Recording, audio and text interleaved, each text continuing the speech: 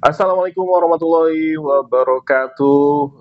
Selamat datang kembali di channel Fauji Ganim bersama saya tentunya host dan yang punya Fauji Ganim yang punya channel ini.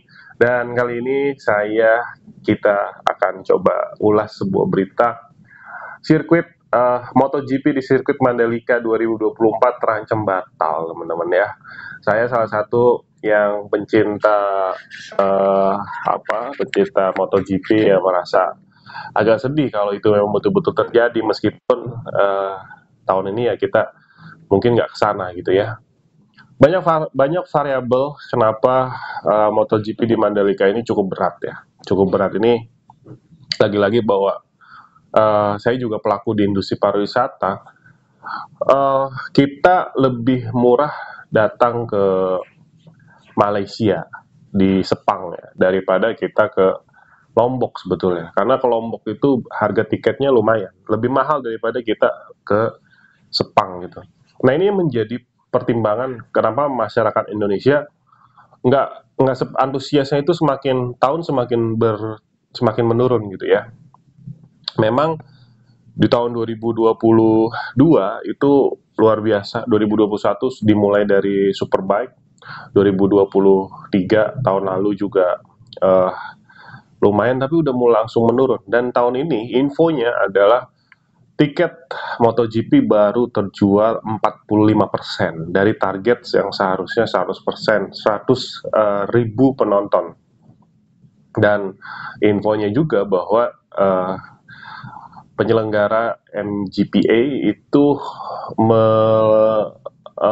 mengobral tiket di tribun festival yang harganya sekian ratus ribu akan dijual bahkan bisa hanya 50.000, tapi khusus untuk pelajar di sekitar Lombok ya.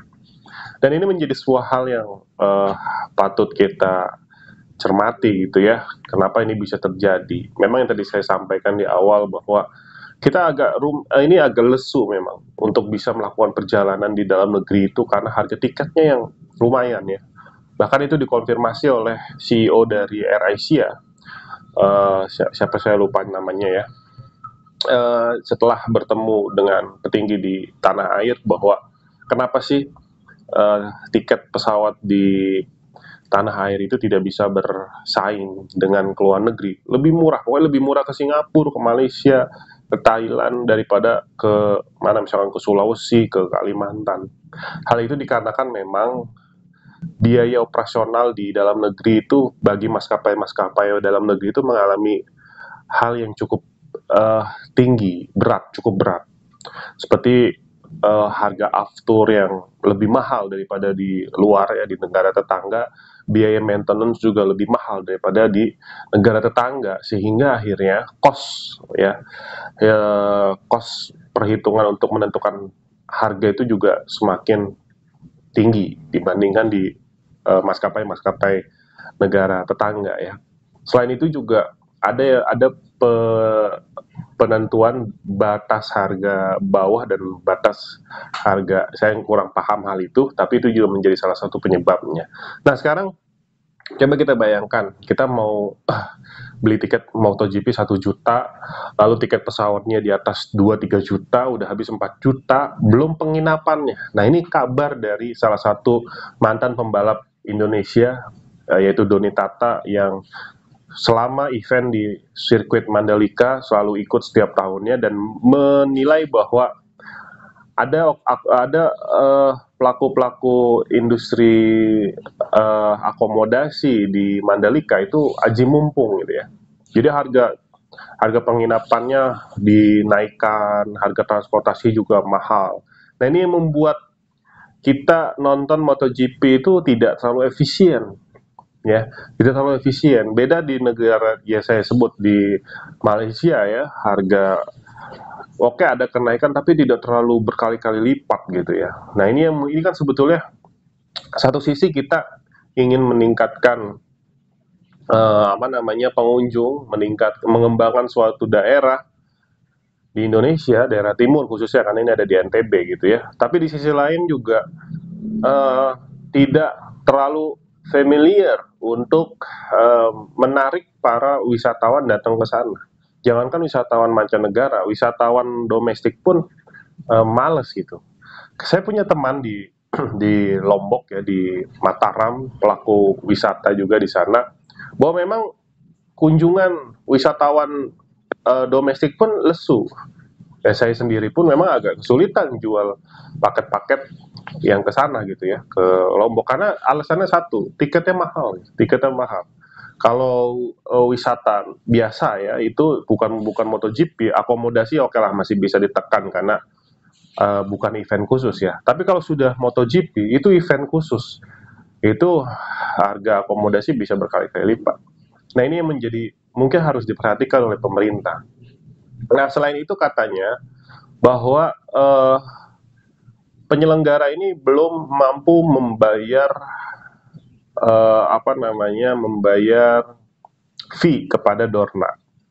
Nah, ini karena penyelenggara itu, pihak penyelenggara ini harus membayar fee kepada Dorna sebesar 200 hosting fee ini sebesar 231 miliar. Nah, ini katanya belum terbayar. Alasan pemerintah daerah di sana, di Lombok Timur, bahwa banyak uang yang harus dibayarkan untuk hutang-hutang pembangunan infrastruktur. Selain itu juga adanya momen pilkada, ya, adanya momen pilkada 2024 ini butuh anggaran yang cukup banyak untuk pilkada, maka agak berat untuk mengcover. Tapi informasinya sudah ada support dari lembaga yang lebih tinggi ya, dari Kemenpora dan dari Kementerian Pariwisata untuk bisa membackup